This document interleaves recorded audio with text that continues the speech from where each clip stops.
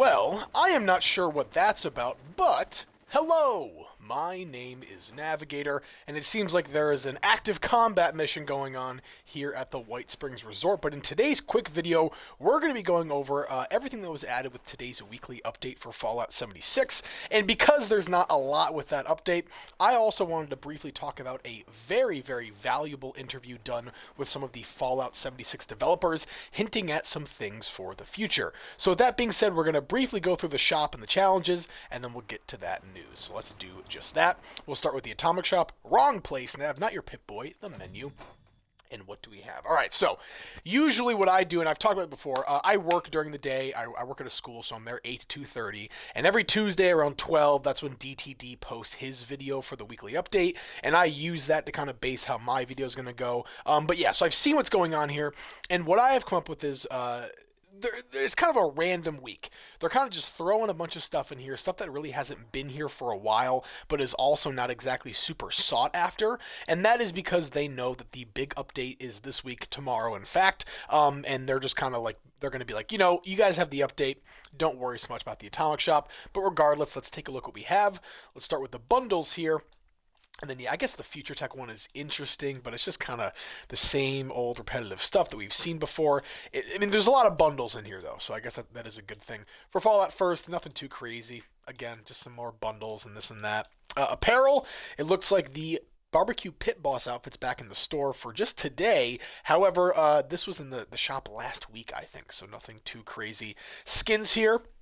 The Skull Screen paint is still here in the shop with a little bit of a surprise left over from last week again. So yeah, just nothing really too crazy going on here. Camp, nothing. So let's go down here to Utility. And the free item for today is going to be 250 caps. Not bad. Let's go here to challenges. For your daily challenges, you can pause the video now, take a screenshot if you want to take a look at those, but they're pretty easy. And weekly, collect brain fungus. Off the bat, go to the Deep. It is the location. I'll just show it to you right now. It's right there, bunch of brain fungus in there, and make sure that you have the Green Thumb perk equipped for, I think it's Perception, and that way you pick up double your flora. Collect caps, you're going to want to get 2,500 of those. I guess the 250 thing doesn't really go towards that, but my advice, go and sell everything that you can. You could probably get this done in like 1 day if you really try, 2 days if you just go to the train station and get your 1,400 caps, but you guys know how to collect caps by now. You understand how to get that done. Complete an event, self-explanatory, craft or scrap clothing, armor, or weapon. Personally, I would craft like one clothing item like 25 times, like the cheapest one you can find, and then just scrap that. Kill a Mirelurk, head down to the Spruce Knob Lake. I always forget where Mirelurks are, but as always, that is where you guys come in. If you guys have any ideas, any advice on how to complete these challenges for me or your other Wastelanders, be sure to leave them in the comments. Same thing with the Mole Miners. I mean, Monongah, Beckley, a couple of those other cities and towns have a lot of Mole Miners, but again, leave your advice down below. Kill an Angler. My advice for that: come up here to Gnarled Shadows. There are typically 2 to 3 anglers here. What I do is just go here and then just keep server hopping until they respawn, and I get all 9. That is my advice. Although I do think somebody left some advice on anglers recently. I don't know. I forget, but yeah, that's my advice for it. Scrap junk to produce ceramic and oil. Again, as always, if you have an abundance of these things, because I don't know where to get these off the top of my head, if you have an abundance of these, go into your scrap box, take it out, scrap it into bulk, or just scrap it back into your stash box, whatever. Pretty much just take it out of your scrap box and put it back in, and you will have scrapped the junk to produce both of these. But there you go. Those are your challenges. So now, very briefly before I wrap up the video, one thing I want to explain is that alongside this video, I should have another talking about what you should do in order to prepare for the next update. I have some advice, you know, nothing too crazy, just kind of talking about what you should do for tomorrow. But let's talk about that news I was discussing earlier. So this comes from an interview done by WindowsCentral.com, and I'll have a link to this article in the description below. But very briefly, it was done with Jonathan Rush, who is the art director for 76, and Bill Lacoste, who is the executive producer for 76. I have a couple bullet points here. Again, I definitely encourage you guys to go read this yourself because it is very interesting. But number one, it talks about the potential for mod support. On PC, which is where I'm now primarily playing, not 76 though, you can have mods for your game. games. I know that Fargassier tends to use them every once in a while. And what this is basically implying is that there would just be support and help for those who have mods on their account. Pretty basic, very helpful, I'll admit. But for you guys who are on consoles, nothing too crazy for you. However, there may be some more expeditions in the future. In the article, it's kind of like, well, do you guys have any more content planned given the hopeful success of this new update? And they were like, yeah, people have loved the expeditions, and hopefully they'll love the Skyline Valley update, which means that there will probably be more things in the future.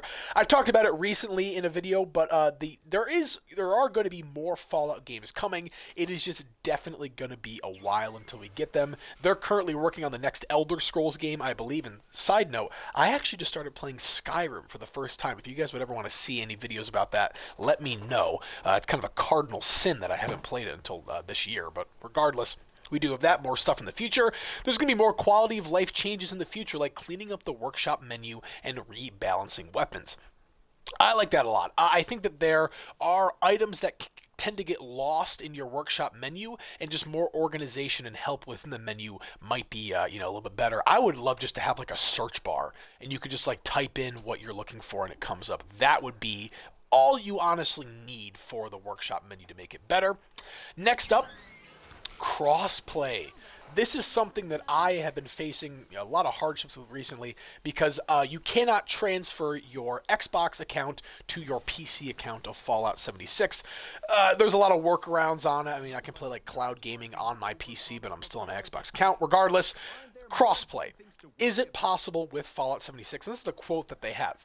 Anything is possible. However, for 76, this is a very heavy technical lift. It could happen, but the game would have to be reworked, so most likely not. So, kind of like, Dumb and Dumber, so you're saying there's a chance. There is a possibility of crossplay coming out, but number one, it would not be anytime soon, and number two, it would take a lot of work on the 76 developers team's part, so I don't know. It kind of seems uncertain. I'm just kind of accepting the fact that I won't be able to transfer my account, and I'm making do with it, so that's okay. Moving on from there, Nuclear Winter. Is it coming back?